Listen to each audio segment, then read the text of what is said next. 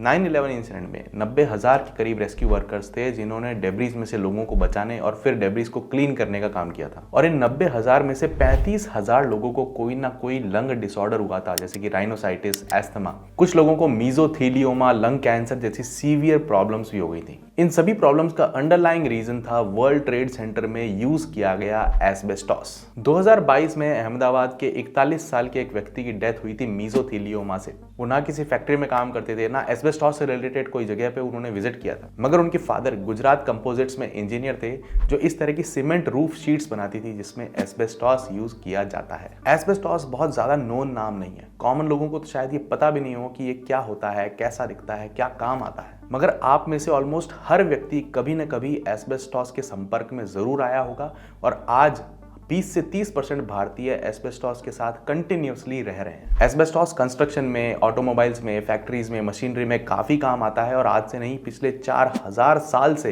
ये यूज किया जा रहा है और पिछले 20-30 सालों से ही इसका यूज अब बंद हो रहा है। मगर उस एस्बेस्टॉस से आपको अवेयर करने के लिए जो आपके चारों तरफ ऑलरेडी इंस्टॉल किया जा चुका है, मैं ये वीडियो बना रहा हूँ। आज की वीडियो में हम जानेंगे कि एस्बेस्टॉस होता क्या है, कहाँ काम आता है, क्या इसके डेंजर्स हैं, कैसे ये ह्यूमंस को इन्फेक्ट करता है और क्यों इसका यूज इतने लंबे टाइम तक चला जो कि अब खत्म होने जा रहा है। तो चैनल को सब्सक्राइब कर लीजिए और सुनिए कहानी एस्बेस्टॉस की। अगर आपका कोई भी प्रोडक्ट बेच रहे हैं या फिर बेचना चाहते हैं तो you need to take it online, क्योंकि ई कॉमर्स ने एक बहुत बड़ी अपॉर्चुनिटी हमें दे दी है अपने मार्केट को पूरे इंडिया में फैलाने की। अगर आप अपने प्रोडक्ट्स को एक ऑनलाइन स्टोर बनाकर बेचना चाहते हैं तो आप फ्री में कर सकते हैं ओडू के ई कॉमर्स वेबसाइट बिल्डर से। ओडू बहुत सारे मैनेजमेंट और बिजनेस सॉफ्टवेयर का एक कलेक्शन है जिससे आप अपने बिजनेस की डेली टास्क जैसे कि इनवॉइस बनाना, अकाउंटिंग, सेल्स, HR, वेबसाइट बनाना, ई कॉमर्स, ये सारी चीजें आप इजिली इन ऐप से मैनेज कर सकते हैं और आपस में इनको इंटीग्रेट भी कर सकते हैं। इनफैक्ट इनकी कोई भी एक ऐप जैसे कि ई कॉमर्स वेबसाइट बिल्डर जिसके थ्रू आप अपने प्रोडक्ट्स को ऑनलाइन बेचेंगे, आप फ्री में लाइफ टाइम यूज कर सकते हैं, including life time hosting and support, जिसका यूज करके आप अपना एक ऑनलाइन स्टोर सेटअप कर सकते हैं, पेमेंट मेथड्स और इनवॉइसिंग को ऐड कर सकते हैं। बिल्कुल हेडेक लिए बिना अपने मार्केट को पूरी इंडिया में एक्सपैंड करने के लिए अपना खुद का एक ई कॉमर्स वेबसाइट बना सकते हैं। इस वेबसाइट पर अपने प्रोडक्ट्स डालिए, उनके फोटोज, उनके प्राइसेस ऐड कीजिए, लोग वहां से ऑर्डर करेंगे और आपका बिजनेस हो जाएगा फुली ऑनलाइन।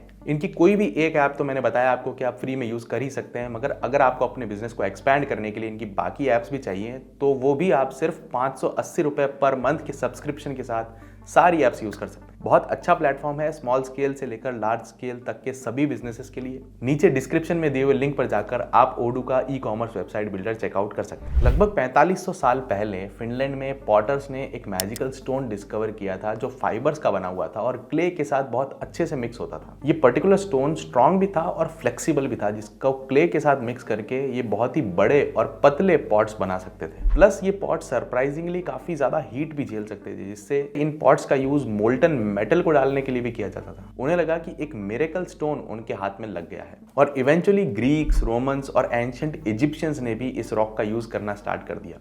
इस रॉक को आज एस्बेस्टॉस बोलते हैं। 2000-3000 BC के आसपास इजिप्शियंस एस्बेस्टॉस क्लॉथ के अंदर अपने फेराउज की मम्मी को रैप करते थे। ग्रीस और रोमन स्क्रिप्चर्स बताते हैं कि एस्बेस्टॉस की विक लैंप्स में यूज की जाती थी जो बहुत लंबे समय तक चलती थी और खराब नहीं होती थी। एस्बेस्टॉस का यूज फायर रेजिस्टेंट क्लोथ्स बनाने के लिए, फायर रेजिस्टेंट टेंट्स बनाने के लिए किया जाता था। एंशिएंट पर्शिया में तो एस्बेस्टॉस के रुमाल बनाए जाते थे और इनको क्लीन करना काफी आसान होता था उनके लिए। बस रुमाल को वो फायर में फेंक दिया करते थे, सारी डर्ट जल जाती थी और रुमाल फिर से फ्रेश हो जाता था। यहाँ तक कि एस्बेस्टॉस के ब्लैंकेट्स डेड बॉडी के अराउंड रैप करके उनको जलाया जाता था ताकि डेड बॉडी की एशेज और लकड़ी की एशेज को सेपरेट किया जा सके। एस्बेस्टॉस की सबसे पहली लार्ज स्केल माइनिंग ग्रीस और साइप्रस के अराउंड रिकॉर्डेड है और इन्हीं माइंस में 1st सेंचुरी AD में एक Roman lawyer Pliny the younger ने एक चीज नोटिस की। उसने देखा कि बहुत सारे स्लेव्स जो एस्बेस्टॉस के साथ काम करते थे, एस्बेस्टॉस की माइंस में काम करते थे, वो बीमार होने लगे थे, मगर उसको इसका रीजन समझ में नहीं आया था। धीरे धीरे ये कॉमन नॉलेज बन गया कि एस्बेस्टॉस के साथ काम किए हुए स्लेव्स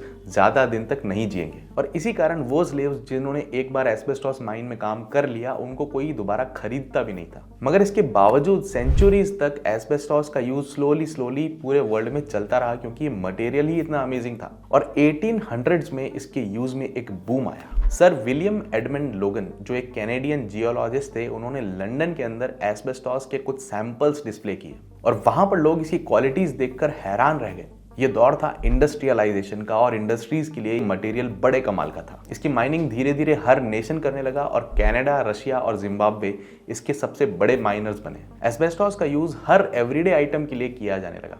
इसके हीट प्रूफ ग्लव्स बनने लगे, पाइप्स, फ्लोर्स, वॉल्स में इसके इंसुलेशन होने लगे, घरों और ट्रेन्स के इंटीरियर में इसका यूज होने लगा ताकि अंदर के टेम्परेचर को कंट्रोल किया जा सके, उसे इंसुलेट किया जा सके। इवन इनिशियली करेंसी नोट्स जो बैंक्स जारी किया करती थी वो भी एस्बेस्टॉस क्लॉथ का बनाती थी ताकि वो नोट जले ना और फटे ना। फायर फाइटर की यूनिफॉर्म्स, वार्म ब्लैंकेट्स, ऑटोमोबाइल्स में भी इसका यूज होने लगा। और एस्बेस्टॉस जब सीमेंट में मिक्स हुआ तब बनी कोरुगेटेड रूफ शीट्स, सीमेंट के पाइप्स, सीमेंट के गमले, सीमेंट की जालियां, सीमेंट के वाटर टैंक्स, जिनके अंदर एस्बेस्टॉस को यूज करके स्ट्रेंथनिंग की जाती थी। और ये सबसे कॉमन यूज है इस मटेरियल का जो आपको अपने आसपास नजर आ जाएगा। अब अर्ली 1900s में एक बार फिर ये डिस्कवर किया गया कि एस्बेस्टॉस के साथ काम करने वाले वर्कर्स की जल्दी डेथ हो जाती है।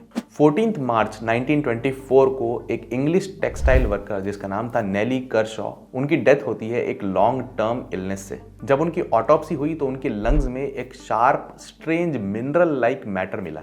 उनका केस मेडिकल लिटरेचर में लिखा गया और ये पहला केस बना वर्क प्लेस पर एस्बेस्टॉस से हुई पॉइजनिंग के कारण डेथ का। हाउएवर ये सर्टेनली एस्बेस्टॉस पॉइजनिंग का लास्ट केस नहीं था। एस्बेस्टॉस फैक्ट्री वर्कर्स जिस इलनेस का शिकार होते थे उसे अब एस्बेस्टॉस पॉइजनिंग कहा जाने लगा। अब एब्सोल्यूट सेंस में एस्बेस्टॉस पॉइजनिंग एक वैलिड वर्ड है ही नहीं, क्योंकि एस्बेस्टॉस पॉइजन नहीं है। ये हमारी बॉडी के साथ बिल्कुल भी रिएक्ट नहीं करता है। एस्बेस्टॉस एक फाइबरस मिनरल है जो अंडरग्राउंड माइंस में मिलता है और इसका ये फाइबर स्ट्रक्चर ही इसको एक मजबूती देता है। ये स्ट्रांग होने के साथ साथ काफी फ्लेक्सिबल है, इजीली टूटता नहीं है। ये बहुत अच्छा हीट और इलेक्ट्रिसिटी का इंसुलेटर है, ये आग नहीं पकड़ता। 1600 डिग्री टेम्परेचर पर भी ये मटेरियल पिघलता नहीं है क्योंकि ये बना है सिलिकेट्स से। सिलिकेट्स जब मैग्नीशियम से रिएक्ट करते हैं तो एक लॉन्ग पॉलीमर चेन बनाते हैं जो कि क्रिस्टलाइन होती है और यही क्रिस्टल स्ट्रक्चर नीडल शेप के फाइबर्स बनाता है जो कि फ्लेक्सिबल होते हैं। ये फाइबर्स एक्यूमुलेट होकर डिपॉजिट हो जाते हैं अर्थ के नीचे, जो कि एस्बेस्टॉस नाम का रॉक बन जाते हैं। अब ये फाइबर्स 2 नैनोमीटर से भी छोटे हो सकते हैं, जो कि एक ह्यूमन हेयर से 300 गुना छोटा है। अब क्योंकि ये सॉफ्ट क्रिस्टलाइन फ्रेजाइल होते हैं, इनको तोड़ते समय, इनके साथ काम करते समय, इनको माइन करते समय इनके फाइबर्स हवा में सस्पेंड हो जाते हैं और एक बार हवा में सस्पेंड होने के बाद ये 72 घंटे तक हवा में फ्लोटिंग रह सकते हैं। और अगर ह्यूमंस इस हवा में सांस लें तो ये एस्बेस्टॉस के छोटे फाइबर्स हमारे लंग्स के अंदर जाते हैं, वहां से ब्रोंकियोल्स में जाते हैं और छोटे टाइनी एयर सैक्स जिन्हें एल्वियोली बोला जाता है, वहां जाकर ये डिपॉजिट हो जाते हैं। अब ये फाइबर्स पॉइजनस नहीं है, तो अगर ये चले भी जाते हैं लंग्स में तो दिक्कत क्या है? इसलिए कि अगर ये एक बार लंग्स में चले गए तो इनको बाहर नहीं निकाला जा सकता। ये हमेशा के लिए वहां रहेंगे, ना ये डिग्रेड होंगे, ना ये रिएक्ट करेंगे। अब अपने लंग्स के हर मूवमेंट के साथ, हर बार सांस लेने के साथ ये नीडल्स लंग्स को पियर्स करेंगी, उसको पंक्चर करेंगी, उसको हर्ट करेंगे। इससे लंग्स के टिश्यू बार बार डैमेज होंगे। अब जब भी बॉडी का कोई टिश्यू डैमेज होता है तो बॉडी उसको रिपेयर करने के लिए स्कार टिश्यू बनाती है जो थोड़ा कड़क होता है। और एक बार नहीं, बार बार लगातार जब टिश्यू डैमेज होता रहेगा लंग्स का और स्कार टिश्यू बनता रहेगा तो इवेंचुअली लंग्स के एक्सपैंड होने की एबिलिटी खत्म हो जाएगी, क्योंकि स्कार टिश्यू उतने फ्लेक्सिबल, उतने सॉफ्ट नहीं होंगे। इसे कहते हैं पल्मोनरी फाइब्रोसिस। इसके इफेक्ट के कारण एस्बेस्टॉस से इन्फेक्टेड व्यक्ति कुछ समय बाद ढंग से सांस नहीं ले पाता। अब क्योंकि ये प्रॉब्लम एस्बेस्टॉस से ओरिजिनेट होती है, इसलिए मेडिकल साइंस में इस प्रॉब्लम को बोला जाता है एस्बेस्टोसिस। बट यहाँ तक भी प्रॉब्लम उतनी सीवियर नहीं है। जब ये एस्बेस्टॉस के फाइबर्स लंग्स को डैमेज करते हैं, सेल्स को डिस्ट्रॉय करते हैं और नई सेल्स बनती हैं, तो ये नई जो सेल्स बन रही होती हैं उनको भी डिस्ट्रॉय करते हैं। और सेल्स जब बार बार बनती हैं, डिस्ट्रॉय होती हैं, बनती हैं, डिस्ट्रॉय होती हैं, तो कई बार कुछ डिफेक्टिव सेल्स बन जाती हैं जिनमें कंप्लीट डेवलपमेंट नहीं हुआ और उनका डीएनए इन्फेक्टेड है। ऐसी कुछ सेल्स कैंसरस भी हो सकती हैं। ऑलमोस्ट हर टाइप के कैंसर का रीजन होता है डिफेक्टिव सेल्स का फॉर्मेशन, वो किसी भी कारण से हुआ हो। यहाँ पे एस्बेस्टॉस के कारण होता है और एस्बेस्टॉस के टाइनी पार्टिकल्स जब लंग्स को पंक्चर करके उसकी आउटर लेयर जिसे मीसोथीलियम कहते हैं उसको पंक्चर करने लग जाते हैं और वहां पर जब कैंसर डेवलप होता है तो उसे बोला जाता है मीसोथीलियोमा। और एस्बेस्टॉस की माइंस में काम करने वाले वर्कर्स में मीसोथीलियोमा नाम की डिजीज बहुत कॉमन है। इवन जो लोग कुछ साल एस्बेस्टॉस की माइंस में काम करके काम छोड़ देते हैं उनमें भी ये प्रॉब्लम लॉन्ग टर्म में डेवलप हो जाती है, क्योंकि एस्बेस्टॉस के जो फाइबर्स आपके अंदर चले गए थे वो रिपीटेडली जीवन भर आपको डैमेज करते ही रहेंगे। इस कैंसर की प्रॉब्लम यह है कि इस कैंसर को डेवलप होने में कई साल लगते हैं, डिटेक्शन एकदम लास्ट स्टेज में होता है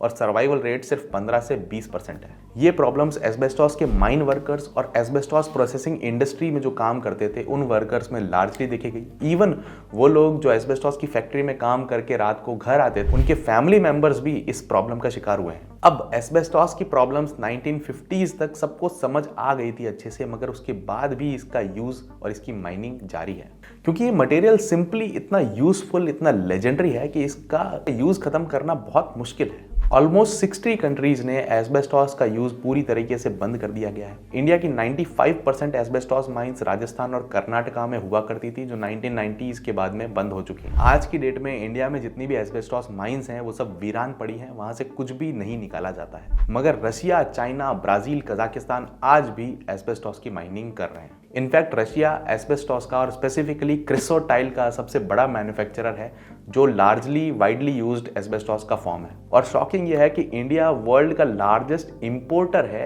एस्बेस्टॉस का।